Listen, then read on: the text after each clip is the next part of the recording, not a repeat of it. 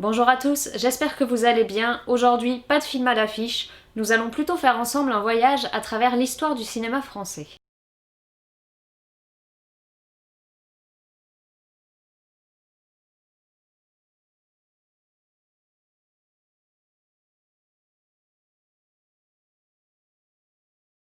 En 1896, le tout jeune cinéma rencontre un joli succès, mais reste quand même considéré comme une invention sans avenir.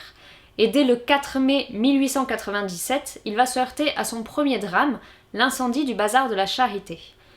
Lors d'une projection durant une vente de bienfaisance, une lampe à éther qui sert au fonctionnement du projecteur va soudainement s'embraser, et en quelques heures, c'est le bâtiment tout entier qui va disparaître et emporter avec lui la vie de plus de 120 personnes, principalement des femmes de la haute société. Cet événement va gravement entacher l'image du cinéma et remettre en question son fonctionnement. À cette époque, les films sont sur des bobines en nitrate de cellulose, un matériau hautement inflammable, mais également remettre en question son utilité.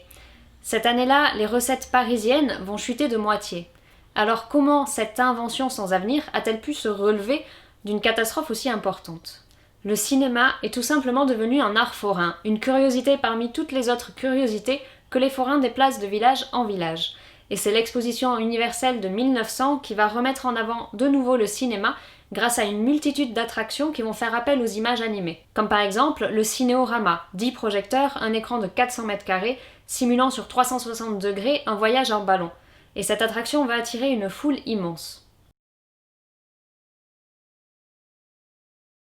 Dans les années qui précèdent la Première Guerre mondiale, le cinéma muet français rencontre un immense succès, que ce soit en France ou à l'international, et les cinémas fonctionnent à plein régime. Malheureusement, en 1914, la production française est mise en pause. L'ensemble des studios sont vidés de tout homme valide, et il n'y aura plus que les films de propagande qui seront produits. La production française aura énormément de mal à s'en remettre, et dès la sortie de la guerre, c'est une avalanche de films américains qui vont arriver sur plus de 80% des écrans en France. C'est le règne de l'usine à rêve, Hollywood. C'est l'arrivée du parlant qui va un peu relancer la production française. Malheureusement, le crash boursier de 1929 ne sera pas sans conséquence sur l'industrie cinématographique, qui verra arriver une véritable bataille sur les prix des billets toujours plus bas.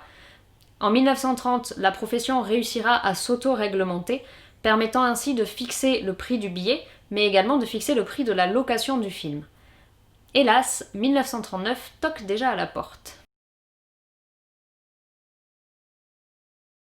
Malgré la désorganisation, les couvre-feux, les restrictions en électricité, la Seconde Guerre mondiale reste une période très faste pour les cinémas, seul lieu de distraction pour une population déprimée et appauvrie par la guerre. Mais pour la deuxième fois, la production française est mise à l'arrêt, et à la fin de la guerre, c'est de nouveau une avalanche de films américains qui arrivent sur nos écrans. Pour réussir à se relever, la France va notamment faire énormément de coproductions avec un pays où le cinéma est en plein essor, l'Italie. Ainsi, à cette époque, on peut voir énormément de stars italiennes dans les films français et de stars françaises dans les films italiens. En 1946, le CNC, Centre national de la cinématographie, va être créé afin de soutenir et d'organiser le cinéma français. Et dès 1948, ils vont mettre en place une taxe qui sera prélevée sur chaque billet vendu dans les salles de cinéma. Cette taxe va permettre de financer, entre autres, la production française. À partir des années 50-60, les entrées en salle ne cessent de descendre et les professionnels voient de nouveau planer l'ombre de la fin du cinéma. En fait, la courbe descendante des entrées en salle croise une autre courbe qui, elle, ne cesse d'augmenter année après année, celle de la vente des récepteurs de télévision. Dès cette époque, les cinémas de quartier vont fermer les uns après les autres, et pour les salles restantes, un seul mot d'ordre, toujours plus grand. À l'époque des 30 Glorieuses, la France veut voir les choses en gigantesque. Les salles de plus de 1900 places, qui elles ne sont plus viables, vont se scinder, donnant naissance ainsi à plusieurs plus petites salles. Vous l'aurez compris, il est temps d'accueillir en France les multiplexes. Les entrées vont finalement se stabiliser jusque dans les années 80, mais la France dans la bataille aura quand même perdu près de 3500 établissements. En 1984, l'arrivée notamment de la chaîne Canal+, qui souhaite mettre en avant le cinéma, va pousser le CNC à créer de nouvelles mesures.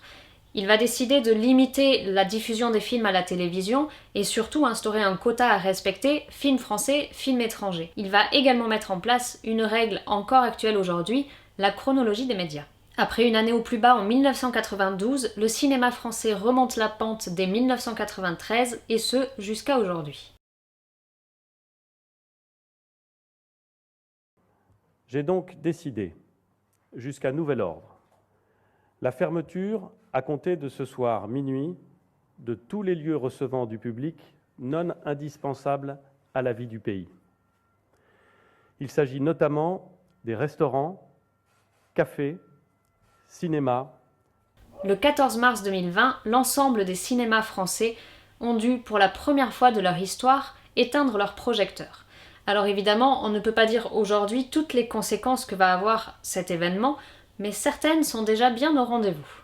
En quelques mois de confinement, les habitudes de certains spectateurs ont un peu changé, et les plateformes de vidéos déjà existantes auparavant ont vécu un immense bond qui aurait sûrement mis plusieurs années à arriver en temps normal. Une nouvelle fois, la production française, voire internationale ce coup-ci, est mise à l'arrêt.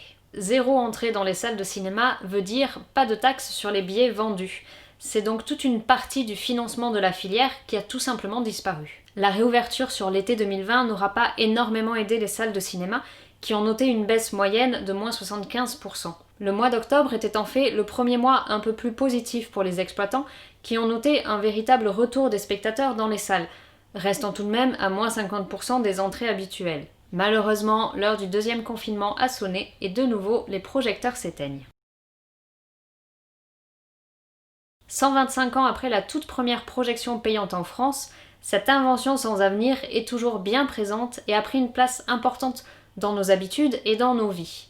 Cette activité non essentielle, comme elle est parfois nommée, a toujours su rebondir, s'adapter et repartir de plus belle. Et elle le fera encore pendant très longtemps, tout comme le théâtre, l'opéra et bien d'autres activités culturelles. Alors, quand les projecteurs pourront de nouveau s'allumer, qu'ils soient mono-écran, multiplex, indépendants ou associatifs, rendez visite à votre cinéma, ils vont avoir besoin de vous. Sur ce, je vous souhaite une très belle journée, un très beau confinement et je vous dis à bientôt pour une nouvelle vidéo.